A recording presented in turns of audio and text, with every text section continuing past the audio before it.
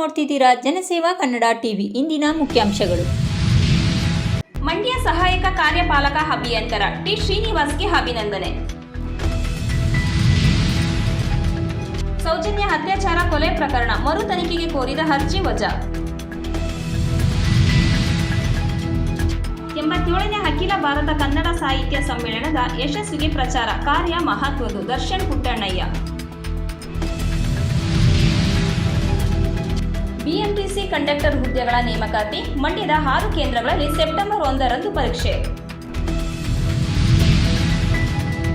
KPSC ಪರೀಕ್ಷೆಯಲ್ಲಿ ಕನ್ನಡ ಮಾಧ್ಯಮ ವಿದ್ಯಾರ್ಥಿಗಳಿಗೆ ಅನ್ಯಾಯ, ಮರು ಪರೀಕ್ಷೆ ನಡೆಸಲು ಕರವೇ ಆಗ್ರಹ. ವಿದ್ಯಾರ್ಥಿಗಳಿಗೆ ಅವರ ಅಭಿರುಚಿಯ ಆಯ್ಕೆಯ ಅವಕಾಶ ನೀಡಿ, ಮಧು ಬಂಗಾರಪ್ಪ. ಕೇರಪೇಟೆ ತಾಲೂಕಿನಲ್ಲಿ ಕುರಿ ಕಳ್ಳರ ಹಾವಳಿ. ಒಂದೇ ದಿನದಲ್ಲಿ 5 ಲಕ್ಷ ಬೆಲೆ ಬಾಳುವ 24 ಕುರಿಗಳ ಕಳವು. ರೈತರ ಬದುಕು ಹಸನಾಗಲು ಹೋರಾಟ ಅತ್ಯವಶ್ಯಕ. ನಿಂಗರಾಜ್ ಗೌಡ. 8ನೇ ಕ್ಲಾಸ್ ಪಾಸ್ ಆಗಿದ್ರೆ ಅಂಚೆ ಇಲಾಖೆಯಲ್ಲಿ ಕೆಲಸ. 63,000 ರು ಸಂಬಳ.